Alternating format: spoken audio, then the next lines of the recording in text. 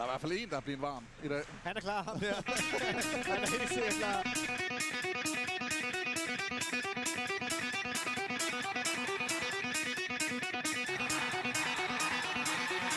Sidste sæson sluttede i første runde af slutspillet. Men på trods af de svingende resultater har organisationen omkring Aalborg Vikings gjort klubben til et attraktivt sted for medier og tilskuere. Ledelsen i Vikings begrunder denne succes med deres høje niveau af engagement. Det handler om, det er at gå ud og finde folk. Det er at komme ud til folk og bruge tiden på at komme ud og hive folk ind ad døren. It's always more fun to play when you're playing in front of home fans and they're supporting you, and it gives you motivation to work harder because you don't want to disappoint them. You know, you're not just playing for yourself, you're playing for the city and you're playing for your fans.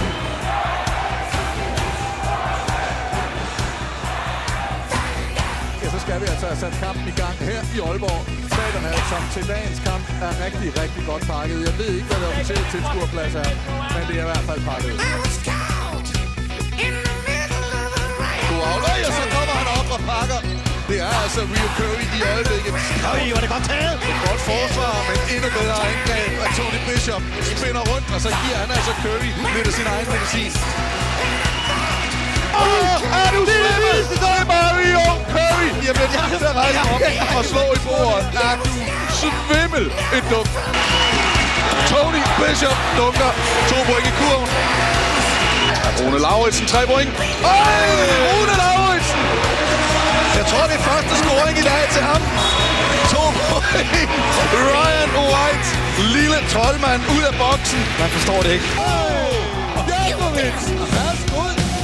Jeg er ikke sikker på, at det var der, vi havde forventet højdepunkter, der skulle komme fra. Anthony Jones, tæt til kuren her.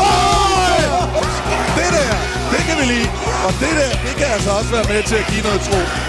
Kurt Sigurdsson. Og så er der volleyball smash. Prøv lige at tjekke den her detalje. Whoopsie. Helt fri dernede i hjørnet. Sørensen spiller 2 point og 6 point forspring. Og bolden ryger igennem 2 point. Her hvor de i hvert fald dribler over midten, og så dribler de tiden ud. Mads Olesen kan være glad foran 1209. Glade nordjyder, at der vinder Vikingerne altså deres første kamp i denne sæson. Det var en af de rigtig underholdende kampe. Altså, nu sige, det bliver næsten ikke meget bedre end det her.